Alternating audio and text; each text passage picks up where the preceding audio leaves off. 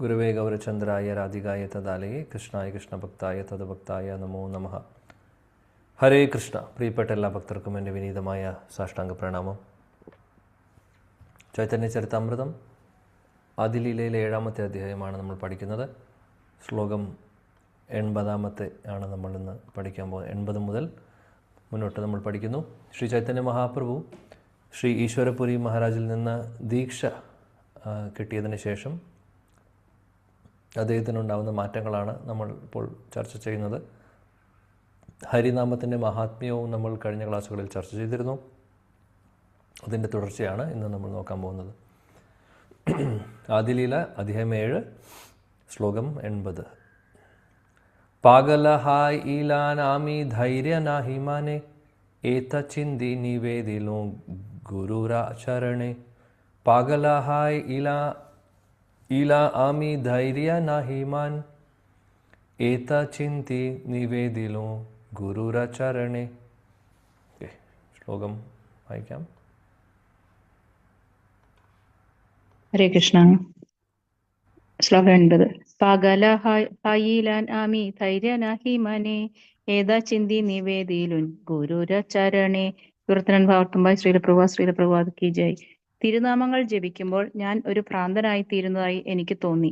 അതിനാൽ ഞാൻ ഗുരുസമക്ഷം ഇപ്രകാരം നിവേദനം നൽകി. ഭാവാർത്ഥം: ഒരു ശിഷ്യൻ ഗുരുവിനോട് എപ്രകാരമാണ് പെരുമാറേണ്ടതെന്ന് ഒരു മാതൃകാചാര്യനായ ശ്രീ ചൈതന്യ മഹാപ്രഭു ഇവിടെ നമുക്ക് കാട്ടിത്തരുന്നു. എപ്പോഴായാലും എന്തിനെക്കുറിച്ചും സംശയമുണ്ടെങ്കിൽ വിഷയം ഗുരുസമക്ഷം അറിയിക്കേണ്ടതാണ്.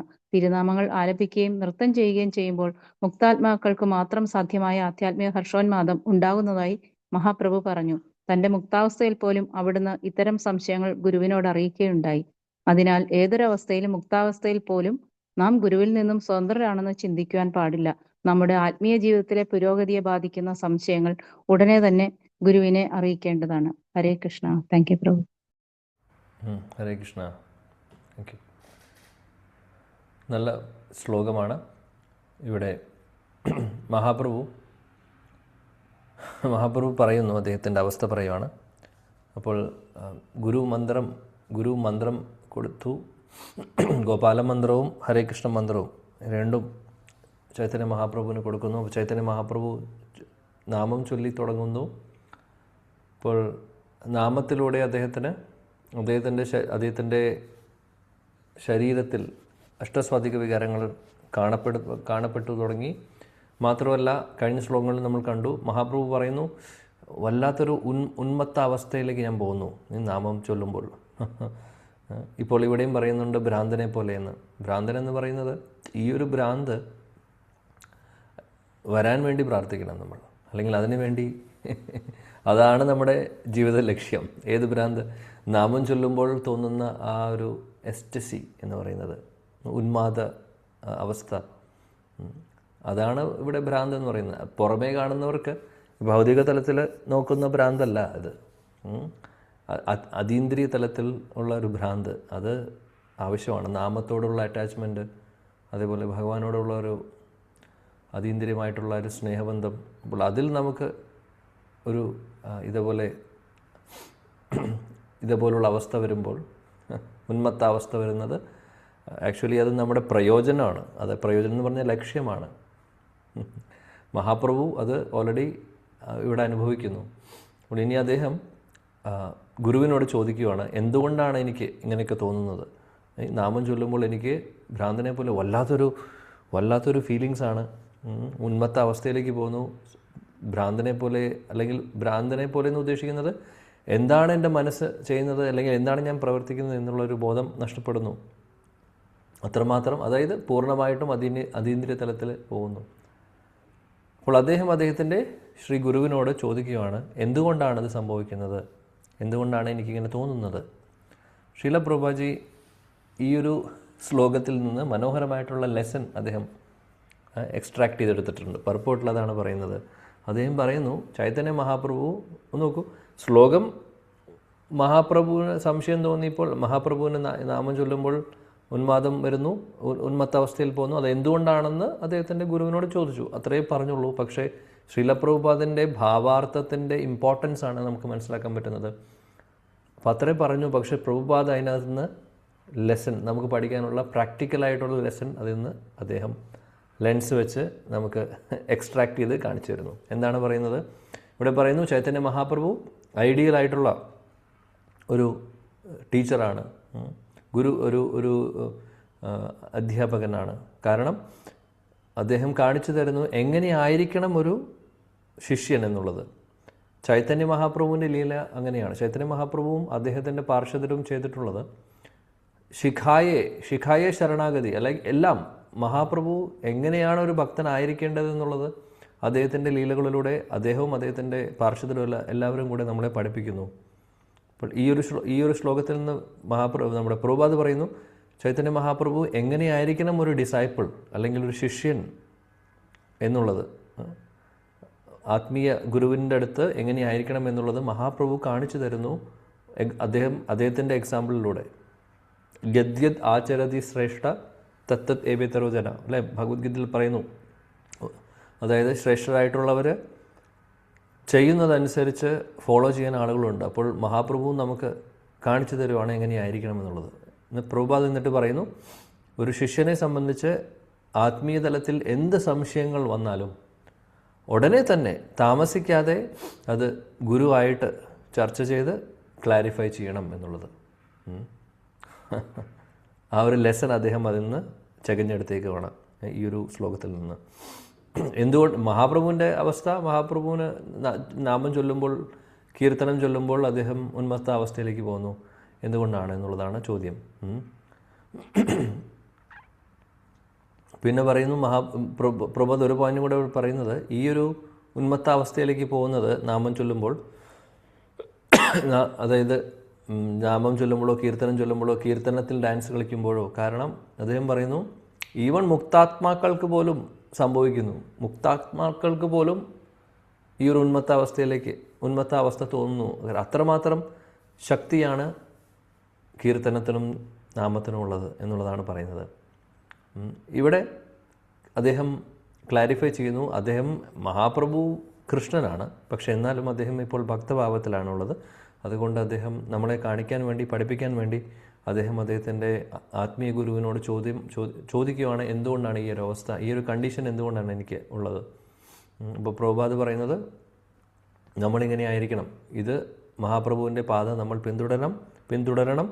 എന്തെങ്കിലും ആത്മീയ തലത്തിലുള്ള സംശയങ്ങളുണ്ടെങ്കിൽ അത് ഉടനെ തന്നെ ഗുരുവായിട്ട് ക്ലാരിഫൈ ചെയ്യണമെന്നുള്ളത്. അവിടെ നമ്മൾ മടിക്കാൻ പാടില്ല. അത് ഒരു ഡിസൈപ്പിളിൻ്റെ ഉത്തരവാദിത്വമാണ്. അത് ക്ലാരിഫൈ ചെയ്തു തരുന്നത് ഗുരുവിൻ്റെയും റെസ്പോൺസിബിലിറ്റിയാണ്. അപ്പോൾ ഇത് വളരെ ഇമ്പോർട്ടൻ്റ് ആണ്. ഗുരു ശിഷ്യ ബന്ധത്തിൽ ഈ question and answers is very important.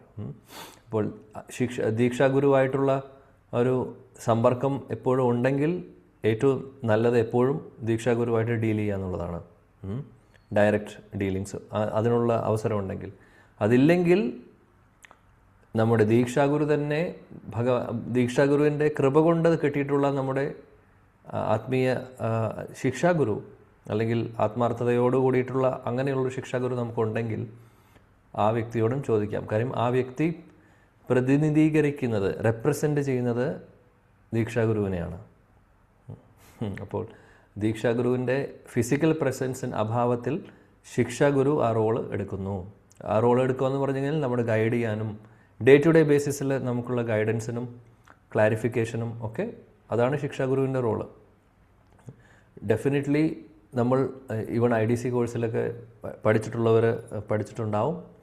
അതായത് ദീക്ഷാഗുരു ഒഫീഷ്യലി ശിഷ്യനെ ഭഗവാനിലേക്ക് കണക്ട് ചെയ്യുന്നു, ഒഫീഷ്യലി എന്ന് പറയുന്നു. കാര്യം അവിടെ മന്ത്രം നമുക്ക് തരുന്നു ദീക്ഷാഗുരു, കൂട്ടത്തിൽ നമ്മൾ യജ്ഞം ചെയ്യുന്നു. അപ്പോൾ അവിടെ ഒരു ഒഫീഷ്യൽ കണക്ഷനാണ് അവിടെ സ്ഥാപിക്കുന്നത്.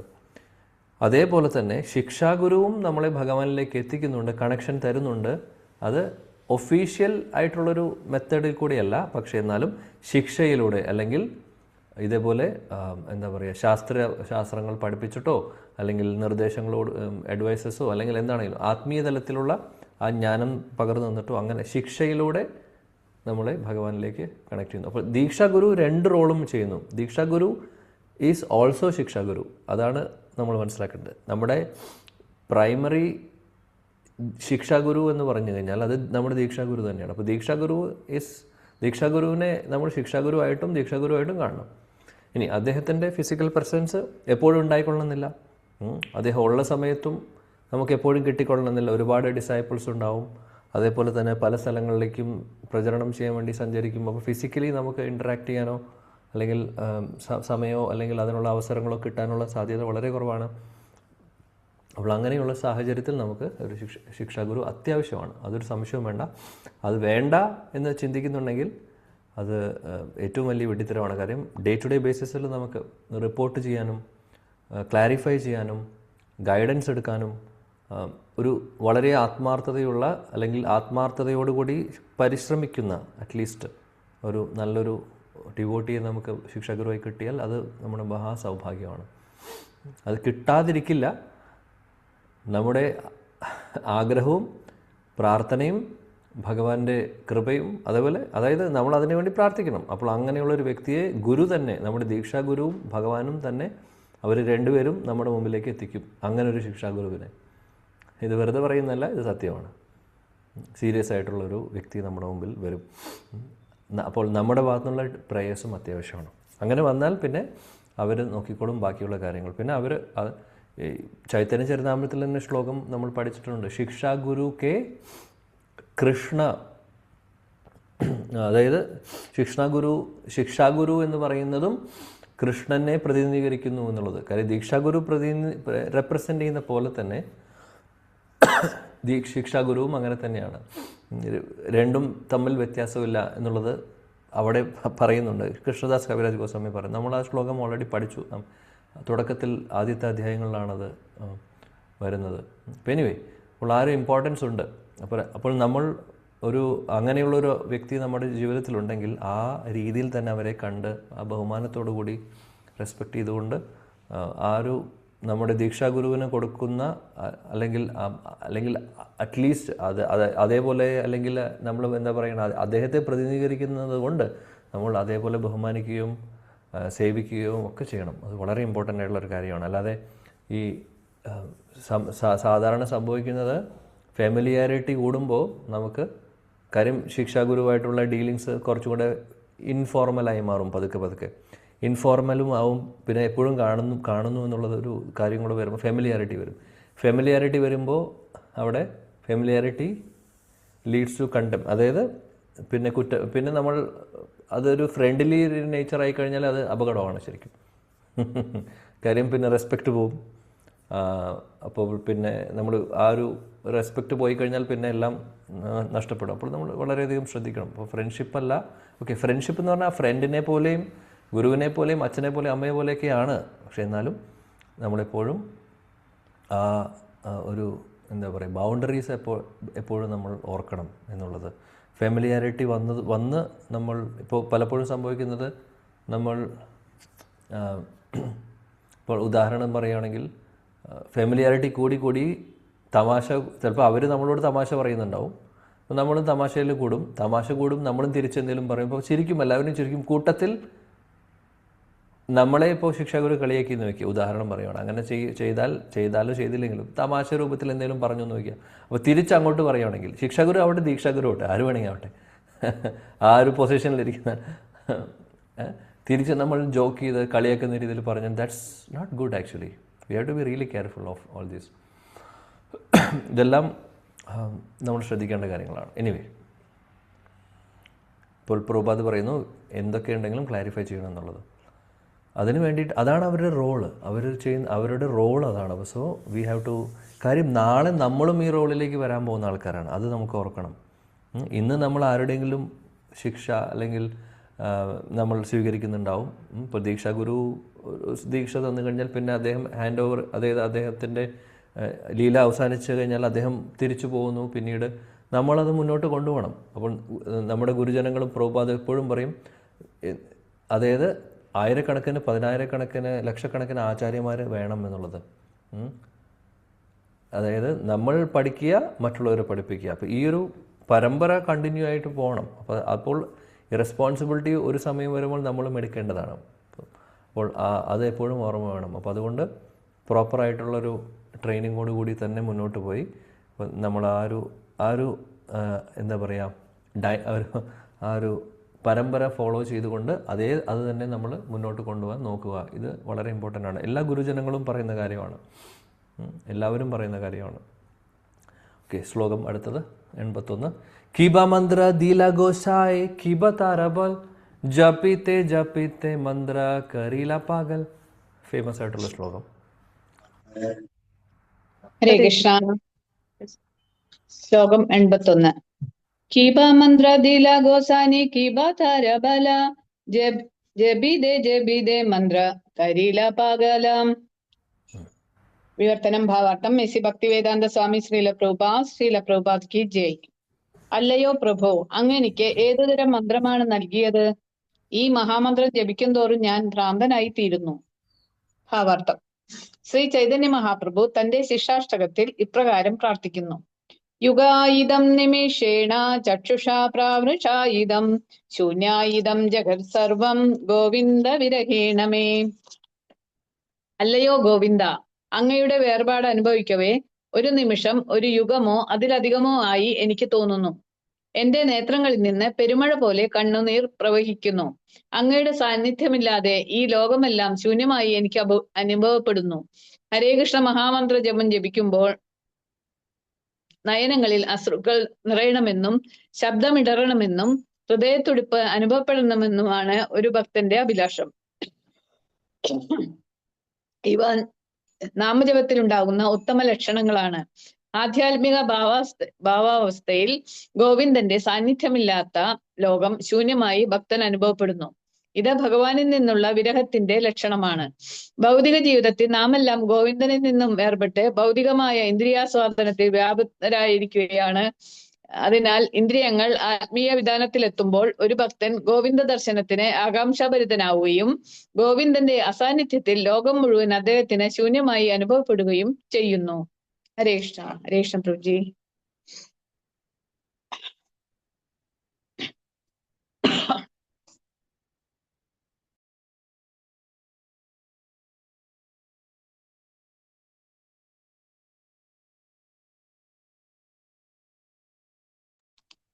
പ്രഭുജി പറയണ കേൾക്കണില്ല. മ്യൂട്ടായി പോയി തോന്നും. ഹരേ കൃഷ്ണ. യെസ്, ഇപ്പം ബാക്ക് ടു. ഓക്കെ, അപ്പോൾ ഈ ശ്ലോകം വളരെ ഫേമസ് ആയിട്ടുള്ള ശ്ലോകമാണ്. പലപ്പോഴും നമ്മൾ ക്ലാസ്സുകളിൽ കോട്ട് ചെയ്യാറുണ്ട്. മഹാപ്രഭു പറയുന്നു, കിബമന്ത്ര എന്ന് പറഞ്ഞാൽ എന്ത് മന്ത്രമാണ് എനിക്ക് തന്നിട്ടുള്ളത്? ഗുരുവിനോട് ചോദിക്കുവാണ്, എന്ത് മന്ത്രമാണ് എനിക്ക് തന്നിട്ടുള്ളത്? കിബ താരബൽ, അതായത് ഈ മന്ത്രത്തിൻ്റെ ശക്തി എനിക്ക് മനസ്സിലാവുന്നില്ല. അദ്ദേഹം പറയുന്നു ജപിത്തെ, അതായത് ഈ മന്ത്രം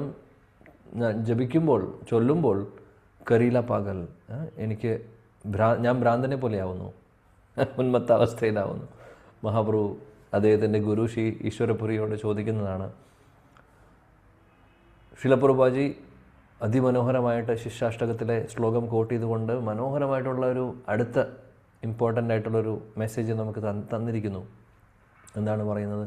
യുഗായുധം നിമിഷേണ ചാക്ഷുഷ പ്രാവർഷ്യായുധം ശൂന്യായുധം ജഗത് സർവം ഗോവിന്ദ വിരഹീനമേ. നമുക്കറിയാം, എല്ലാ ദിവസവും ചൊല്ലുന്ന ശ്ലോകമാണ്, പക്ഷേ വളരെ ഡീപ്പായിട്ടുള്ളൊരു ശ്ലോകമാണ്. എന്താണ് യുഗായുധം നിമിഷേണോ? അതായത് ഗോവിന്ദൻ്റെ വിരഹത്തിൽ ഒരു നിമിഷം യുഗമായിട്ട് തോന്നുന്നു. ഒരു നിമിഷം യുഗം പോലെ, അത്രമാത്രം വേദനയാണ് വിരഹത്തിൻ്റെ വേദന. കണ്ണുകളെല്ലാം ചക്ഷുഷ പ്രാവർഷ്യായുധം, അതായത് മഴ പെയ്യുന്നത് പോലെ കണ്ണുനീര് വന്നുകൊണ്ടിരിക്കുന്നു. ശൂന്യായുധം ജഗത് സർവം, ഈ ലോകം മുഴുവനും ശൂന്യമായിട്ട് തോന്നുന്ന അവസ്ഥയാണ്. എന്തിൽ? ഗോവിന്ദൻ്റെ വിരഹത്തിൽ. ഭഗവാന്റെ ആ ഒരു സെപ്പറേഷൻ, അതായത് സെപ്പറേഷൻ എന്ന് പറഞ്ഞു കഴിഞ്ഞാൽ ഭഗവാനെ കിട്ടാത്തത് കൊണ്ടുള്ള, അല്ലെങ്കിൽ അദ്ദേഹത്തെ കാണുവാനും അല്ലെങ്കിൽ അദ്ദേഹത്തിൻ്റെ കൂടെ ഇരിക്കുവാനും ലീലകളിൽ പങ്കെടുക്കുവാനും സേവിക്കുവാനുള്ള ആ ഒരു അതിയായിട്ടുള്ള ആഗ്രഹം വരുമ്പോൾ, അദ്ദേഹം മുമ്പിലില്ലാതെ നമുക്ക് മനസ്സിലാവുമ്പോൾ ആ ഒരു വിരഹം, എപ്പോഴാണ് ആ ഒരു അവസരം കിട്ടുക, എന്ന് എനിക്ക് അതിനുള്ളൊരു അവസരം കിട്ടുമെന്നുള്ളത്. അപ്പോൾ പ്രഭുപാദ് പറയുന്നു, ഇത് ഒരു പരിശുദ്ധ അല്ലെങ്കിൽ നല്ല രീതിയിൽ ഭക്തി ചെയ്യുന്ന ഒരാൾക്ക് ഇങ്ങനൊരു ഫീലിങ്സ് തോന്നുന്നുണ്ടെങ്കിൽ അതിൻ്റെ അർത്ഥം നല്ല പ്രോഗ്രസ് ഉണ്ടോ എന്നുള്ളതാണ്. കാര്യം ഈ ഒരു ഫീലിംഗ് ഓഫ് സെപ്പറേഷൻ ഇത് പ്രഭുപാദ് പല സ്ഥലങ്ങളിലും പറയാറുണ്ട്, ശാസ്ത്രങ്ങളിൽ പല സ്ഥലങ്ങളും പറയുന്നു, രൂപഗോസ്വാമിയും മറ്റുള്ള ആചാര്യന്മാരും പറയുന്നു. ഈ ഫീലിംഗ് ഓഫ് സെപ്പറേഷൻ ആണ് ആക്ച്വലി അത് ഒരു ഗോളാണ് നമ്മളെ സംബന്ധിച്ച്. അതായത് ഈ ഒരു ലെവലിലേക്കാണ് നമ്മൾ എത്തേണ്ടത്. പ്രഭുപാദ് അതുകൊണ്ടാണ് പറയുന്നത് ഓരോ ഭക്തൻ്റെയും ഒരു അഭിലാഷമാണ് ഇത്, അഭിലാഷമായിരിക്കണം. ഇത് മഹാമന്ത്രം ചൊല്ലുമ്പോൾ, ഭഗവാന്റെ തിരുനാമം ചൊല്ലുന്ന സമയത്ത് കണ്ണുകളിൽ ആക്ച്വലായിട്ടുള്ള കണ്ണുനീരും, അതേപോലെ തന്നെ എന്താ പറയുക, അഷ്ടസ്വാത്വിക വികാരങ്ങളുടെ, അതായത് ശബ്ദമിടറിപ്പോകുന്നു, കണ്ണിൽ നിന്ന് വെള്ളം വരുന്നു, ഹൃദയം അല്ലെങ്കിൽ ഹാർട്ട് ബീറ്റ് കൂടുന്നു, അങ്ങനെ പല പല സൈൻസ് വരുന്നു അല്ലേ. ഇതെല്ലാം ആർട്ടിഫിഷ്യലായിട്ടല്ല, നാച്ചുറലി വരേണ്ടതാണ്. അല്ലെങ്കിൽ വരുന്നുണ്ടെങ്കിൽ അതിൻ്റെ അർത്ഥം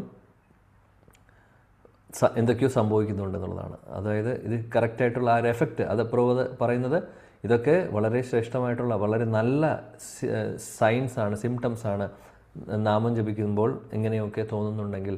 പക്ഷേ കണ്ണുനീരിൻ്റെ കാര്യം, ഇത് കണ്ണുനീരിപ്പോൾ എന്ത് പറഞ്ഞാലും കരയുന്ന ആൾക്കാരുണ്ട്, പെട്ടെന്ന് കണ്ണിൽ നിന്ന് വെള്ളം വരുന്ന ആൾക്കാരുണ്ട്, ഈ പെട്ടെന്ന് ഇമോഷണൽ ആവുന്ന ആൾക്കാരുണ്ട്. അങ്ങനെയുള്ളവർക്ക് എന്ത് ചെയ്താലും കണ്ണുനീര് വരും.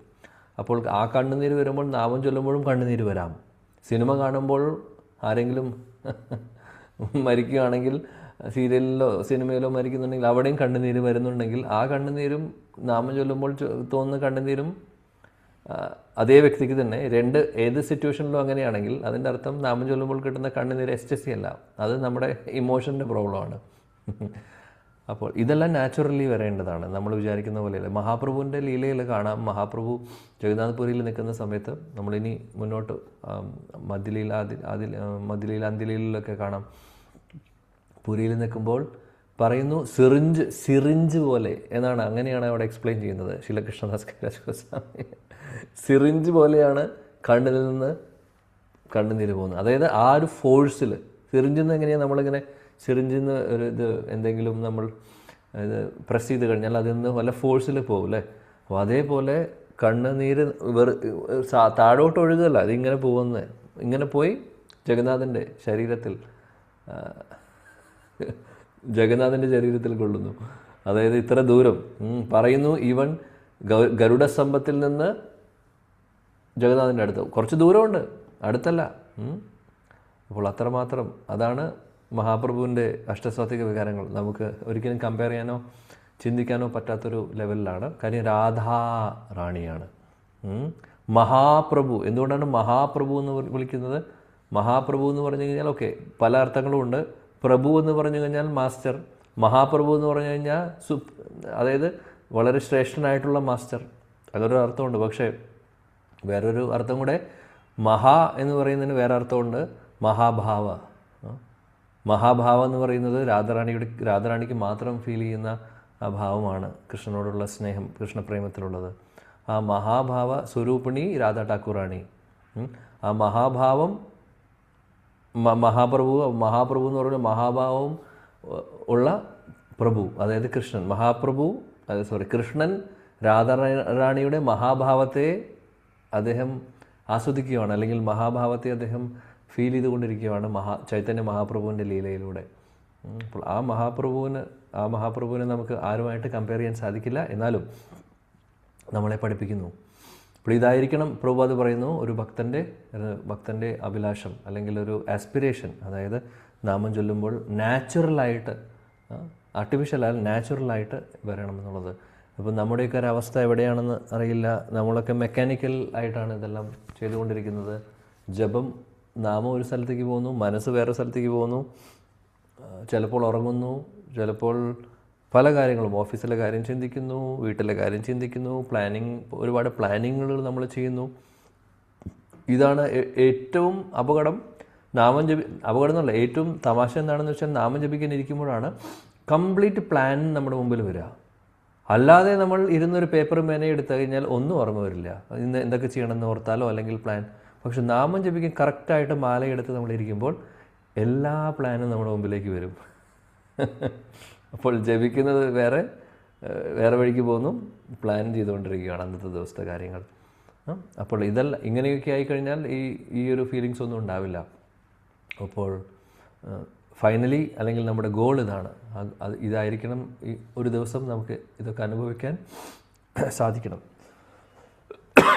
പ്രഭാത് പറയുന്നു, ആ വിരഹമാണ്, ഗോവിന്ദനിൽ നിന്നുള്ള വിരഹമാണ് ആക്ച്വലി ആ ഒരു സിംറ്റം എന്ന് പറയുന്നത്.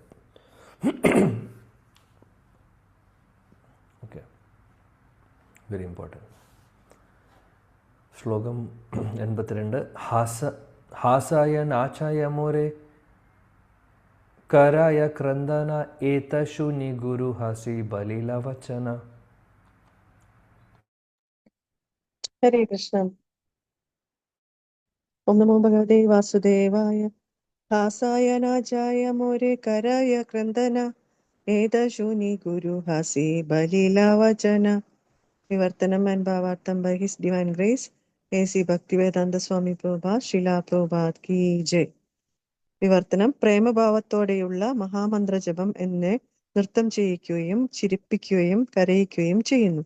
ഇത് കേട്ട് എൻ്റെ ആത്മീയ ഗുരു ചിരിച്ചുകൊണ്ട് ഇപ്രകാരം മറുപടി പറഞ്ഞു. ഭാവാർത്ഥം. ശിഷ്യൻ ആധ്യാത്മിക ജീവിതത്തിൽ വളരെ നന്നായി പുരോഗതി പ്രാപിക്കുമ്പോൾ ഗുരു ആധ്യാത്മിക ആനന്ദത്താൽ പുഞ്ചിരിക്കുകയും എൻ്റെ ശിഷ്യൻ എത്ര വിജയശ്രീലാളിതനായിരിക്കുന്നു എന്ന് ചിന്തിക്കുകയും ചെയ്യുന്നു.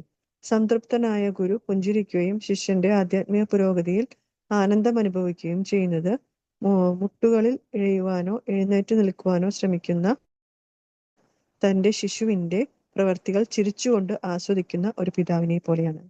ഹരേ കൃഷ്ണ. ഹരി ബോൽ. പ്രഭുപാദിന്റെ മാസ്റ്റർ പെൻ പറയുന്നു ഇവിടെ. പർപ്പോട്ടിലെ ആ ഒരു ഉപമ എനിക്ക് വളരെ ഇഷ്ടപ്പെട്ടു. എനിവേ, ഇവിടെ പറയുന്നു, നാമം ഹാസായ നാച്ചായ മോരെ കറയെ ക്രന്ദൻ. മഹാപ്രഭു ഗുരുവിനോട് പറയുവാണ്, അതായത് ഹാസായ ചിരിക്കുന്നു, ചിലപ്പോൾ ഡാൻസ് കളിക്കുന്നു, കരയുന്നു, ചില സമയത്ത് ആ ഉന്മത്ത അവസ്ഥയിൽ നാമം ചൊല്ലുമ്പോൾ ഇതെല്ലാം കണ്ട് ഇതെല്ലാം കേട്ട് കാര്യം ചോദിച്ചു അല്ലേ, കീബ മന്ത്ര എന്ത് മന്ത്രമാണ് എനിക്ക് തന്നിട്ടുള്ളത്, എനിക്കൊന്നും മനസ്സിലാവുന്നില്ല, ജപിത്തെ കറിയില്ല പാകൽ, ഭ്രാന്ത് പോലെ തോന്നുന്നു, ഉന്മത്ത അവസ്ഥയാണ്. ഇതെല്ലാം കേട്ടപ്പോൾ ആത്മീയ ഗുരുവിന് ഈശ്വരിപുരി മഹാരാജന് ഒരുപാട് സന്തോഷമായി. അതാണ് പറയുന്നത്, ഇത് കേട്ട സമയത്ത് അദ്ദേഹം ചിരിച്ചുകൊണ്ട് പറയുന്നു. ഇനി പറയാൻ പോകുന്ന അടുത്ത ശ്ലോകത്തിൽ പറയുകയാണ്. ചിരിച്ചുകൊണ്ട് അദ്ദേഹം ഉത്തരം പറയുന്നു. പ്രഭുപാദ് ഓൾറെഡി അവിടെ പർപ്പോട്ടിൽ എഴുതുന്നു, ആ ചിരി എന്ന് പറയുന്നത് ആ ഗുരുവിനെ സംബന്ധിച്ച് ശിഷ്യൻ്റെ ആത്മീയ പുരോഗതി കണ്ടപ്പോൾ അതിൽ ആനന്ദം അദ്ദേഹത്തിന് തോന്നുന്നു, സന്തോഷം തോന്നുവാണ്. ഇവിടെ മഹാപ്രഭുവിനെ ഒരു ഭക്തനായിട്ട് കാണുമ്പോഴുള്ള അവസ്ഥയാണ്. നമ്മൾ ഭഗവാനായിട്ടല്ല ഇപ്പോൾ മഹാപ്രഭുവിനെ കാണേണ്ടത്. അപ്പോൾ ഭക്തനായിട്ട് ഉള്ള ആ ഭാവത്തിലാണ് മഹാപ്രഭു ഉള്ളത്.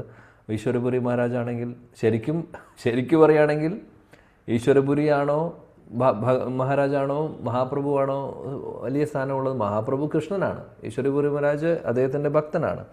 എന്നാൽ ഈ ചൈതന്യ ലീലയിൽ അത് ഫ്ലിപ്പായി എന്ന് മാത്രം. നമ്മളെ കാണിച്ചു തരുന്നു, മഹാപ്രഭു പഠിപ്പിക്കുകയാണ് ലീലയിലൂടെ.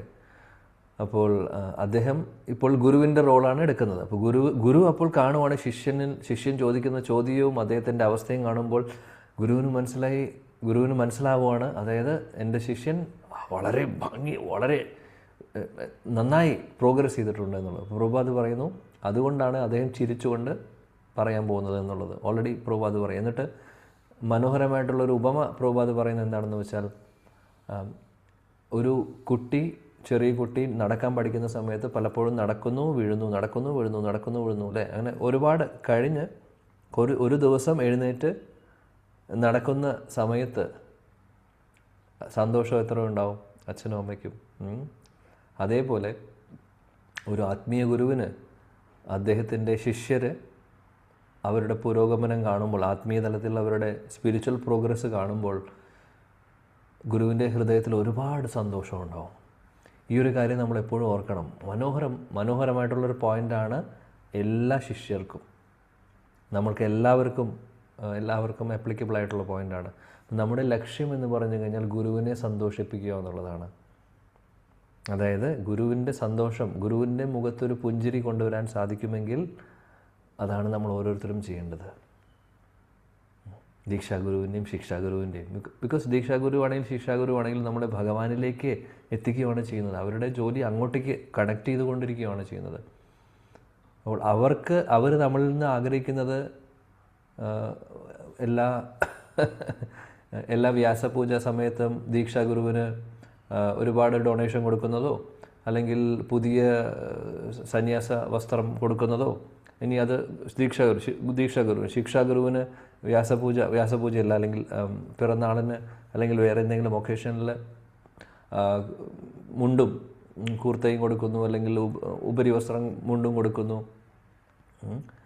ഓക്കെ, ഇതെല്ലാം ഗിഫ്റ്റാണ്. അത് കൊടുത്താൽ സ്വീകരിക്കും, സ്വീകരിക്കാതിരിക്കില്ല. കൊടുക്കേണ്ടതാണോ ചോദിച്ചാൽ കൊടുക്കേണ്ടതാണ്. കാര്യം ഇങ്ങനെയുള്ള എറ്റിക്കേറ്റ്സ് നമ്മൾ ഫോളോ ചെയ്യേണ്ടതാണ്, അത് തീർച്ചയായിട്ടും.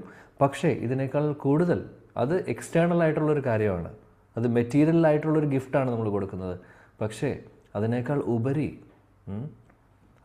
ഉപരി എന്ന് പറഞ്ഞു കഴിഞ്ഞാൽ ആത്മീയ തലത്തിൽ നമ്മുടെ പുരോഗതി അവർക്ക് കാണുമ്പോൾ എത്ര സന്തോഷമുണ്ടാവും. അതാണ് അവരുടെ ഹൃദയത്തിൽ ശരിക്കും ആനന്ദം കൊടുക്കുന്ന കാര്യം. അപ്പോൾ നമ്മൾ ഓരോരുത്തരും, ഓരോ ശിഷ്യരും നമ്മുടെ ഗുരുവിനെ പ്രീതിപ്പെടുത്തുക എന്നുള്ളത് നമ്മുടെ ലക്ഷ്യമാണ്. അപ്പം അതിനുവേണ്ടി എന്തും ചെയ്യാൻ നമ്മൾ തയ്യാറാവണം. ഗുരുവിന് ഇഷ്ടമല്ലാത്ത കാര്യങ്ങൾ ചെയ്യാതിരിക്കുക. ഗുരുവിൻ്റെ മുഖത്ത് പുഞ്ചിരി കൊണ്ടുവരാൻ സാധിക്കുന്നുണ്ടോ, അതാണ് എൻ്റെ ലക്ഷ്യം. അതിനുവേണ്ടി നമ്മൾ പ്രയത്നിക്കുക. ഗുരുവിൻ്റെ മുഖത്ത് പുഞ്ചിരി വന്നാൽ കൃഷ്ണൻ ഒരുപാട് സന്തോഷിക്കും. കാര്യം ഗുരുവായിട്ടുള്ള കണക്ഷൻ, കൃഷ്ണൻ പറയുന്നതാണ്, ഗുരുവിനെ നിങ്ങൾ കൂടുതൽ സേവിക്കൂ, അതാണ് ചെയ്യേണ്ടത്. എന്നെ സേവിക്കുന്നത് എൻ്റെ ഭക്തൻ എന്ന് പറഞ്ഞു കഴിഞ്ഞാൽ ഭഗവാൻ പറയുന്നു ആദിപുരാണത്തിൽ, എൻ്റെ ശരിയായിട്ടുള്ള ഭക്തൻ എന്ന് പറഞ്ഞു കഴിഞ്ഞാൽ എൻ്റെ പരിശുദ്ധ ഭക്തരെ സേവിക്കുന്നവർ, ആരാധിക്കുന്നവർ, അവരാണ് എൻ്റെ ശരിയായിട്ടുള്ള ഭക്തർ, അല്ലാതെ എന്നെ നേരിട്ട് ആരാധിക്കുന്നവരല്ല എന്ന് പറയുന്നുണ്ട്. അപ്പോൾ ഭഗവാനെ സന്തോഷിപ്പിക്കാൻ നേരിട്ട് നമ്മൾ ഭഗവാനെ പത്രം പുഷ്പം ഫലം തോയം കൊടുക്കുന്നതും, അല്ലെങ്കിൽ ഭഗവാനെ നമ്മൾ സേവിക്കുന്നതും, അപ്പോൾ അതിൽ നിന്ന് കിട്ടുന്ന ഭഗവാന്റെ ആനന്ദവും, ഭഗവാന്റെ പരിശുദ്ധ ഭക്തരെ നമ്മൾ സന്തോഷിപ്പിക്കുകയാണെങ്കിൽ ഏതായിരിക്കും ഭഗവാന് കൂടുതൽ സന്തോഷം ഉണ്ടാവുക? ഭഗവാന്റെ ഭക്തരെ നമ്മൾ സേവിക്കുമ്പോൾ, അവർ പറയുന്നത് കേൾക്കുമ്പോൾ, അവരുടെ മുഖത്ത് നമ്മൾ പുഞ്ചിരി കൊണ്ടുവരാൻ ശ്രമിക്കുമ്പോൾ, അതിനുവേണ്ടി നമ്മൾ പ്രയത്നിക്കുമ്പോൾ ഏറ്റവും സന്തോഷം ഗുരുവിൻ്റെ ഹൃദയത്തിൽ സന്തോഷം ഉണ്ടാവും. എന്നാൽ അതിനുപരി ഭഗവാന് സന്തോഷമുണ്ടാവും. അപ്പോൾ അതാണ് നമ്മുടെ ഓരോരുത്തരുടെയും ലക്ഷ്യം.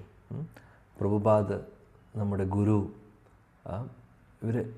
നമ്മുടെ ആചാര്യന്മാർ, അവരുടെ മുഖത്തൊരു പുഞ്ചിരിയാണ് നമ്മൾ കൊണ്ടുവരേണ്ടത്. അപ്പോൾ അതിനുവേണ്ടി നമ്മൾ എന്താ ചെയ്യേണ്ടത്? ഒന്നും പ്രത്യേകിച്ച് അതിനുവേണ്ടി ഒരു തപസ്യം എടുക്കേണ്ട കാര്യമില്ല. നമ്മൾ ചെയ്യേണ്ട കാര്യം എന്താണ്? അവർ പറയുന്ന കാര്യങ്ങൾ ഫോളോ ചെയ്യാൻ നോക്കുക. പ്രഭുപാദ് വളരെ സമയമെടുത്ത് നമുക്ക് ഇത്രയും മനോഹരമായിട്ട് ഭാവാർത്ഥം എഴുതി തന്നിരിക്കുകയാണ്, അല്ലേ? ഓരോ ശ്ലോകം എടുത്ത് നോക്കിക്കോളൂ. ചൈതന്യ ചരിതാമൃതവും ഭാഗവതവും ഭഗവത്ഗീത ഏതാണെങ്കിലും അപ്പോൾ ഒരുപാട് നമ്മളെ ശാസ്ത്രം പഠിപ്പിക്കുന്ന കൂട്ടത്തിൽ അതിൽ നിന്ന് പ്രാക്ടിക്കൽ ഫോളോ ചെയ്യേണ്ട പോയിൻറ്റ്സും ഒരു സാധകരായിട്ടുള്ള നമ്മൾ ചെയ്യേണ്ടതും ഫോളോ ചെയ്യേണ്ടതും പറഞ്ഞു തരുന്നുണ്ട്. അതെല്ലാം നമ്മൾ ആത്മാർത്ഥതയോടുകൂടി മനസ്സിലാക്കി അത് നമ്മൾ ആചരിക്കാനുള്ള ആ ഒരു പ്രയത്നം നമ്മുടെ ഭാഗത്ത് ഉണ്ടായാൽ തന്നെ അവരുടെ മുഖത്ത് പുഞ്ചിരി വരും. അതിന് റിസൾട്ട് കിട്ടുമോ എന്നുള്ളത് അടുത്തത്. പക്ഷേ നമ്മുടെ ഭാഗത്തുനിന്ന് ആത്മാർത്ഥമായിട്ടുള്ള ഒരു പ്രയത്നം അവർ കാണുമ്പോൾ അവർക്ക് സന്തോഷമാവും. അപ്പോൾ നമ്മൾ ചോദിക്കും, ഗുരുവിനെ സന്തോഷിപ്പിക്കാൻ എന്താണ് ചെയ്യേണ്ടതെന്നുള്ളൊരു ചോദ്യം നമ്മുടെ ഉള്ളിലുണ്ടെങ്കിൽ നമ്മൾ പലപ്പോഴും ഇപ്പോൾ ഗുരുമഹാരാജനെ കാണുമ്പോൾ, നമ്മുടെ ഗുരുമഹാരാജനെ തന്നെ കാണുമ്പോഴോ അല്ലെങ്കിൽ നമ്മുടെ ഗുരുമഹാരാജൻ്റെ സീനിയർ ആയിട്ടുള്ള വല്ല ഡിസൈപ്പിൾസിനെ കാണുമ്പോഴോ നമ്മൾ ആദ്യം ചോദിക്കുന്ന ചോദ്യം ഇതായിരിക്കും,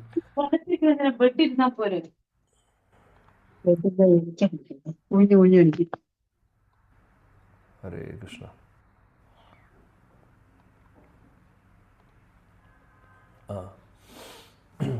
ആദ്യം ചോദിക്കുന്ന ചോദ്യം എന്താണെന്ന് വെച്ചാൽ, how can I please you Guru Maharaj, or how can I please my Guru Maharaj എന്നുള്ള ചോദ്യം നമ്മുടെ ഉള്ളിൽ എപ്പോഴും ഉണ്ടാവും.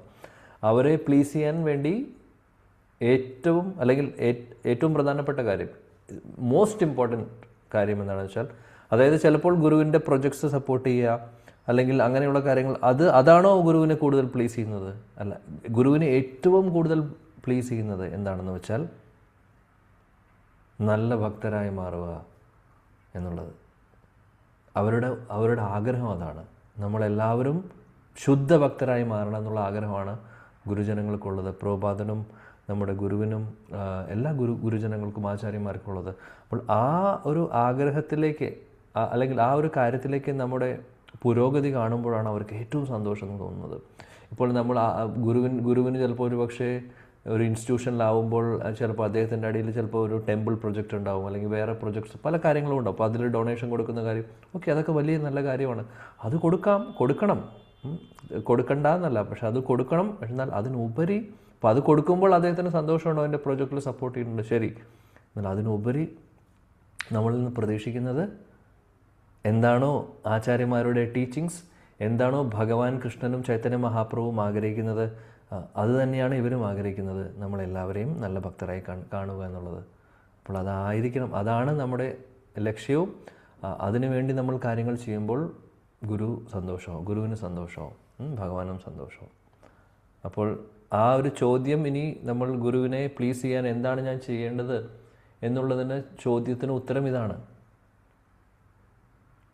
പ്രോപ്പറായിട്ട് കൃഷ്ണാവബോധം നമ്മൾ ഫോളോ ചെയ്ത്, ആത്മാർത്ഥപരമായിട്ടത് ഫോളോ ചെയ്ത്, ഗുരു പറഞ്ഞിട്ടുള്ള കാര്യങ്ങൾ ഫോളോ ചെയ്ത് നമ്മൾ മുന്നോട്ട് പോവുക. പരിശുദ്ധ ഭക്തരാവാൻ വേണ്ടിയിട്ടുള്ള എല്ലാ പ്രയത്നവും നമ്മുടെ ഭാഗത്തുനിന്ന് ചെയ്യുക. അതാണ് അവരെ പ്ലീസ് ചെയ്യുന്ന ഏറ്റവും വലിയ കാര്യം. അല്ലാതെ നമ്മൾ മാല ഉണ്ടാക്കി കെട്ടിക്കൊടുക്കുന്നതോ, കാല് മസാജ് ചെയ്ത് കൊടുക്കുന്നതോ, കുറേ ഡൊണേഷൻ കൊടുക്കുന്നതോ ഒക്കെ അതൊക്കെ വേണ്ട കാര്യങ്ങളാണ്. പക്ഷെ അതിനേക്കാൾ ഉപരി എന്താണ്,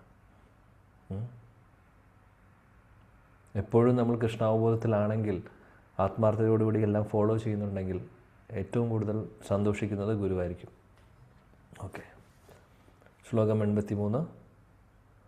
കൃഷ്ണനാമ മഹാമന്ത്രേര ഏത സ്വഭാവ യേ ജപേ താര കൃഷ്ണേ ഉപജയേ ഭാവ. ഹരേ കൃഷ്ണ. കൃഷ്ണനാമ മഹാമന്ത്രേര ഏത സ്വഭാവ യൈ ജപേ താര കൃഷ്ണേ ഉപജയേ ഭാവ. വിവർത്തനത്തിന്റെ ഭാവാർത്ഥം ശ്രീല പ്രഭുപാദിക്ക് ജയ്. ജപിക്കുന്ന ഏതൊരാളെയും കൃഷ്ണപ്രേമത്തിന്റെ ആധ്യാത്മികോന്മാദത്തിൽ കൊണ്ടെത്തിക്കുക എന്നത് ഹരേ കൃഷ്ണ മഹാമന്ത്രത്തിന്റെ സ്വഭാവ വിശേഷമാണ്. ഹരേ കൃഷ്ണ മന്ത്രം ജപിക്കുന്ന ഒരു വ്യക്തിയിൽ ഭാവം അഥവാ ആധ്യാത്മിക ഹർഷോന്മാദം വികസിക്കുന്നുവെന്ന് ഈ ശ്ലോകം വിവരിക്കുന്നു. ഇത് ഭഗവാനിൽ നിന്നും നേരിട്ട് ലഭിക്കുന്ന വെളിപ്പാടിന്റെ ആദ്യഘട്ടമാണ്. ഒരുവനിലുള്ള മൗലികമായ ഭഗവത് പ്രേമ വികാസത്തിന്റെ ആദ്യപടിയാണിത്. ഈ ഭാവാവസ്ഥയെ ശ്രീകൃഷ്ണ ഭഗവാൻ ഭഗവത്ഗീതയിൽ 10.8 ഇപ്രകാരം വിവരിക്കുന്നു. അഹം സർവസ്യ പ്രഭവോ മത്ത സർവം പ്രവർത്തതേ ഇതി മത്വാ ഭജന്തേ മാം ബുദ്ധാഭാവ സമന്വിതാഃ. ഭൗതികാധ്യാത്മിക ലോകങ്ങളിൽ എന്താണ് ഉത്ഭവിക്കുന്നത്? ഇത് പൂർണ്ണമായി മനസ്സിലാക്കിയ വിവേകശാലികൾ എന്റെ സേവനത്തിൽ ഏർപ്പെടുകയും എന്നെ ഉള്ളടിഞ്ഞ് ആരാധിക്കുകയും ചെയ്യുന്നു. നവാഗതനായ ഒരു ഭക്തൻ ശ്രവണം, കീർത്തനം, സത്സംഗം, യമനിയമങ്ങളുടെ അനുഷ്ഠാനം എന്നിവയിൽ തുടങ്ങി തദ്വാര അനാവശ്യമായ ദുർവാസനകളെ ഇല്ലാതാക്കുന്നു. ഇപ്രകാരം അവന് കൃഷ്ണനിൽ ആസക്തി വളരുകയും ക്ഷണം നേരം പോലും കൃഷ്ണനെ വിസ്മരിക്കാൻ കഴിയാതെ വരികയും ചെയ്യുന്നു. ഈ ഭാവാവസ്ഥയെ ആധ്യാത്മിക ജീവിതത്തിലെ പൂർണ്ണ വിജയത്തിന് തൊട്ടു മുൻപുള്ള ഘട്ടമെന്ന് പറയാം. ആത്മാർത്ഥതയുള്ള ഒരു വിദ്യാർത്ഥി ഗുരുമുഖത്തു നിന്ന് ഹരിനാമവും പിന്നീട് ദീക്ഷ സ്വീകരിക്കുകയും ഗുരുദത്തമായ യമനിയമങ്ങൾ അനുസരിക്കുകയും ചെയ്യുന്നു. തിരുനാമങ്ങളെ ഇപ്രകാരം ഉചിതമായി സേവിക്കുമ്പോൾ തിരുനാമത്തിന്റെ ആധ്യാത്മിക സ്വഭാവം സ്വയം പ്രകടമായി വ്യാപിക്കുന്നു. മറ്റൊരു വിധത്തിൽ പറഞ്ഞാൽ അപരാധമന്യേ തിരുനാമം ജപിക്കുവാൻ ഭക്തൻ യോഗ്യനായി തീരുന്നു. അപരാധമന്യേ തിരുനാമം ജപിക്കുവാൻ പൂർണ്ണമായും പ്രാപ്തനാകുമ്പോൾ ആ വ്യക്തി ലോകം മുഴുവൻ ശിഷ്യന്മാരുണ്ടാക്കുവാൻ അഥവാ ജഗത് ഗുരുവാകുവാൻ അർഹനാകുന്നു. ഇത്തരം ഒരു ഭക്തന്റെ സ്വാധീനത്താൽ സമസ്ത ലോകവും തിരുനാമങ്ങൾ ജപിക്കുവാൻ തുടങ്ങുന്നു. ഇപ്രകാരം ഇത്തരമൊരു ആത്മീയ ഗുരുവിന്റെ ശിഷ്യന്മാർക്ക് കൃഷ്ണനിലുള്ള ആസക്തി വർധനമാവുകയും തൽഫലമായി ചിലപ്പോൾ കരയുകയും ചിലപ്പോൾ ചിരിക്കുകയും ചിലപ്പോൾ പാടുകയും നൃത്തം ചെയ്യുകയും ചെയ്യുന്നു. ഒരു പരിശുദ്ധ ഭക്തനിൽ ഇത്തരം ലക്ഷണങ്ങൾ വ്യക്തമായും പ്രകടമാകുന്നു. ചിലപ്പോൾ നമ്മുടെ കൃഷ്ണാവബോധ പ്രസ്ഥാനത്തിലെ വിദ്യാർത്ഥികൾ പാടുകയും ആനന്ദ നൃത്തമാടുകയും ചെയ്യുമ്പോൾ ഈ വിദേശികൾ ഇത് എങ്ങനെ പഠിച്ചുവെന്ന് ഭാരതീയർ പോലും വിസ്മയിക്കാറുണ്ട്. ശ്രീ ചൈതന്യ മഹാപ്രഭു വിവരിക്കുന്നതനുസരിച്ച് ഇത് യഥാർത്ഥത്തിൽ പരിശീലനം കൊണ്ടല്ല, ആത്മാർത്ഥമായി ഹരേ കൃഷ്ണ മഹാമന്ത്രം കൂടാതെ ഈ ലക്ഷണങ്ങൾ പ്രകടമാകുമെന്നതാണ്. അല്പബുദ്ധികളായ ആളുകൾ ഹരേ കൃഷ്ണ മഹാമന്ത്രത്തിന്റെ അതീന്ദ്രിയ സ്വഭാവം മനസ്സിലാക്കാതെ ചിലപ്പോൾ ഞങ്ങളുടെ ഉച്ചത്തിലുള്ള സങ്കീർത്തനത്തിന് വിഘാതങ്ങൾ സൃഷ്ടിക്കാറുണ്ട്. എന്നാലും ഹരേ കൃഷ്ണ മഹാമന്ത്ര കീർത്തനത്തിന്റെ അനുഭവത്തിൽ യഥാർത്ഥമായ ഉന്നതി നേടിയ ഭക്തന്മാർ സ്വാഭാവികമായി മറ്റുള്ളവരെയും നാമജപത്തിനെ പ്രേരിപ്പിക്കുന്നു. കൃഷ്ണദാസ കവിരാജ് ഗോസ്വാമി പ്രകാരം വിവരിക്കുന്നു: കൃഷ്ണശക്തി വിനാനഹേ താരാപ്രവർത്തന. ഭഗവാനാൽ പ്രത്യേകം അധികാരപ്പെടുത്തപ്പെട്ട ഒരു ഭക്തന് മാത്രമേ ഹരേ കൃഷ്ണ മഹാമന്ത്രത്തിന്റെ മഹിമാനങ്ങൾ പ്രചരിപ്പിക്കുവാൻ കഴിയുകയുള്ളൂ. ഭക്തന്മാർ ഹരേ കൃഷ്ണ മഹാമന്ത്രം പ്രചരിപ്പിക്കവേ ലോകമാകമാനമുള്ള പൊതുജനങ്ങൾക്കും തിരുനാമ മഹിമ മനസ്സിലാക്കാനുള്ള അവസരം സ്വാഭാവികമായി ലഭിക്കുന്നു. തിരുനാമ ജപശ്രവണ നൃത്താദികളിലൂടെ ഭഗവാനെ സ്മരിക്കുവാനിടവരുന്നു. ഭഗവാനും അവിടുത്തെ തിരുനാമവും അഭിന്നമാകയാൽ ജപിക്കുന്ന വ്യക്തി ഭഗവാനുമായി ഉടനടി ബന്ധപ്പെടുന്നു. ഇപ്രകാരം ബന്ധം സ്ഥാപിച്ചു കഴിഞ്ഞാൽ ഭക്തനിലുള്ള മൗലികമായ ഭഗവത് സേവന മനോഭാവം വികസിക്കുന്നു. കൃഷ്ണനെ നിരന്തരം സേവിക്കുന്ന ഭാവം എന്ന ഈ അവസ്ഥയിൽ ഭക്തൻ എല്ലായ്പ്പോഴും വിവിധ രീതികളിൽ കൃഷ്ണനെ സ്മരിക്കുന്നു. ഈ ഭാവാവസ്ഥയിലെത്തിയ ഒരു ഭക്തൻ മായാശക്തിക്ക് വിധേയനാകുന്നില്ല. ഭാവത്തിന്റെ മറ്റ് ആത്മീയ ലക്ഷണങ്ങളായ ശരീരപ്രകമ്പനം, സ്വേദനം, വിയർക്കൽ, അശ്രുക്കൾ എന്നിവയും കൂടിച്ചേരുമ്പോൾ ഒരു ഭക്തനെ ക്രമേണ കൃഷ്ണപ്രേമം ലഭ്യമാകുന്നു. കൃഷ്ണന്റെ തിരുനാമത്തെ മഹാമന്ത്രം എന്ന് വിളിക്കുന്നു. നാരദ പഞ്ചരാത്രത്തിൽ വിവരിക്കുന്ന മറ്റ് മന്ത്രങ്ങളെ മന്ത്രം എന്ന് മാത്രമാണ് വിളിക്കുന്നത്. എന്നാൽ കൃഷ്ണന്റെ തിരുനാമജപത്തെ മഹാമന്ത്രം എന്ന് വിളിക്കുന്നു. ഹരേ കൃഷ്ണ. താങ്ക് യു പ്രഭു. Thank you. ഹരേ കൃഷ്ണ മഹാമന്ത്രത്തിൻ്റെ ആ ഒരു പ്രത്യേകതയാണ് പറയുന്നത്, ഭഗവാന്റെ തിരുനാമത്തിൻ്റെ പ്രത്യേകത. അപ്പോൾ ഇവിടെ പറയുന്നു അദ്ദേഹത്തിൻ്റെ, അതായത് നാച്ചുറലി ഗുരു പറയുകയാണ് ഉത്തരം. ഗുരു ഉത്തരം പറയുന്നു ചിരിച്ചുകൊണ്ട്. എന്താണ് പറയുന്നത്? മഹാമന്ത്രം ചൊല്ലുമ്പോൾ, ഭഗവാന്റെ തിരുനാമം ചൊല്ലുമ്പോൾ ഓട്ടോമാറ്റിക്കലി നാച്ചുറലി നമുക്ക് ആ ഒരു ഭാവ അവസ്ഥ വരുന്നു. അപ്പോൾ അതിൻ്റെ അർത്ഥം ഈ ഹരേകൃഷ്ണ മഹാമന്ത്രത്തിലൂടെ നമ്മൾ ശരിക്കും അനുഭവിക്കേണ്ടത് അല്ലെങ്കിൽ അനുഭവിക്കാൻ പോകുന്നത്, നമ്മുടെ ശുദ്ധീകരണം നടക്കുമ്പോൾ, ശുദ്ധനാമം നമ്മൾ ചൊല്ലുമ്പോൾ, നമ്മുടെ നാവിൽ നിന്ന് എന്നാണോ ശുദ്ധനാമം വരുന്നത്, അപ്പോൾ നമുക്കും ഈ ഒരു അവസ്ഥയിലേക്ക് അല്ലെങ്കിൽ ഈ ഒരു ഭാവം നമുക്കും വരും എന്നാണ് പറയുന്നത്. അതാണ് പറയുന്നത്, മന്ത്രത്തിലൂടെ, ഹരേകൃഷ്ണ മന്ത്രത്തിലൂടെ ഈ ഒരു ഭഗവാനോടുള്ള ആ പ്രേമം ഉദിക്കുന്നു. ആ പ്രേമം വരുമ്പോൾ അത് പ്രകടമാവുന്ന രീതിയാണ് ഇതേപോലെ അഷ്ടസ്വാധിക വികാരങ്ങളൊക്കെ. അപ്പോൾ ശ്രീല പ്രഭുപാദി വളരെ വിശദീകരിച്ച് ഇതിനെക്കുറിച്ച് പറയുന്നുണ്ട്, നാമത്തെ നമ്മൾ എങ്ങനെയാണ് സ്വീകരിക്കേണ്ടത് എന്നുള്ളത്.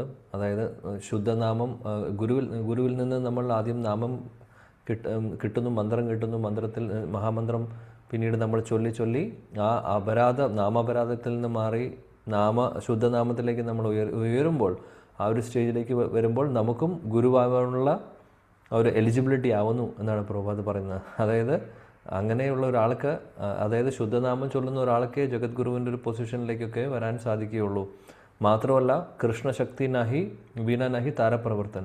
ഭഗവാൻ കൃഷ്ണൻ്റെ ശക്തി ഇല്ലാതെ, ഭഗവാൻ കൃഷ്ണൻ്റെ മെർസി ഇല്ലാതെ, ആ ഒരു എംപവർമെൻ്റ് ഇല്ലാതെ ആർക്കും പ്രീച്ച് ചെയ്യാൻ സാധിക്കില്ല. ഇപ്പോൾ നമ്മൾ ലോകത്ത് കാണുന്ന ഇപ്പോൾ ഗുരുജനങ്ങളാണെങ്കിലും ഒരുപാട് ഡിസൈപ്പിൾസ് ഉണ്ട്. അവർക്ക് എങ്ങനെ വരുന്നു? ഇതെല്ലാം ഭഗവാൻ ശക്തി കൊടുക്കുകയാണ് ചെയ്യുന്നത്. അതേപോലെ തന്നെ ചില പ്രീച്ചേഴ്സ് ഉണ്ടാവും, ചില ഹരികഥ ചെയ്യുന്നവർ നല്ല ഭംഗിയായിട്ട് അല്ലെങ്കിൽ വളരെ മനോഹരമായിട്ട് അവർ ഹരികഥ ചെയ്യുന്നവർ, സിൻസിയറായിട്ടും ശുദ്ധ കൃഷ്ണകഥ എങ്ങനെ അവർക്ക് ചെയ്യാൻ സാധിക്കുന്നു? ഒരുപാട് ആളുകൾ ഫോളോ ചെയ്യുന്നുണ്ടാവും, അല്ലെങ്കിൽ ഒരുപാട് ആളുകൾക്ക് ഇഷ്ടമുണ്ടാവും, ഇൻസ്പിറേഷൻ കിട്ടുന്നുണ്ടാവും. എങ്ങനെയാണ് അവർക്ക് സാധിക്കുന്നത്?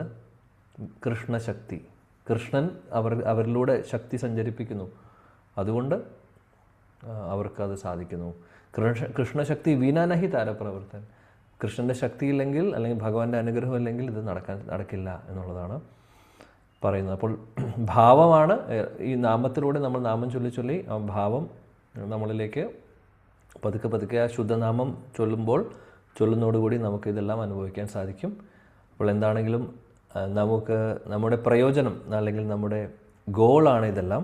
ഭഗവാന്റെ കൃപയുണ്ടെങ്കിൽ, ഭഗവാന്റെ മെർസി ഉണ്ടെങ്കിൽ, നമ്മുടെ സിൻസിയറായിട്ടുള്ള എഫേർട്ടും ഭഗവാന്റെ കാരുണ്യവും ഗുരുവിൻ്റെ അനുഗ്രഹമൊക്കെ ഉണ്ടെങ്കിൽ ഒരു ദിവസം ഇതെല്ലാം അനുഭവിക്കാൻ നമുക്കും സാധിക്കുമെന്ന് പ്രതീക്ഷിക്കുന്നു.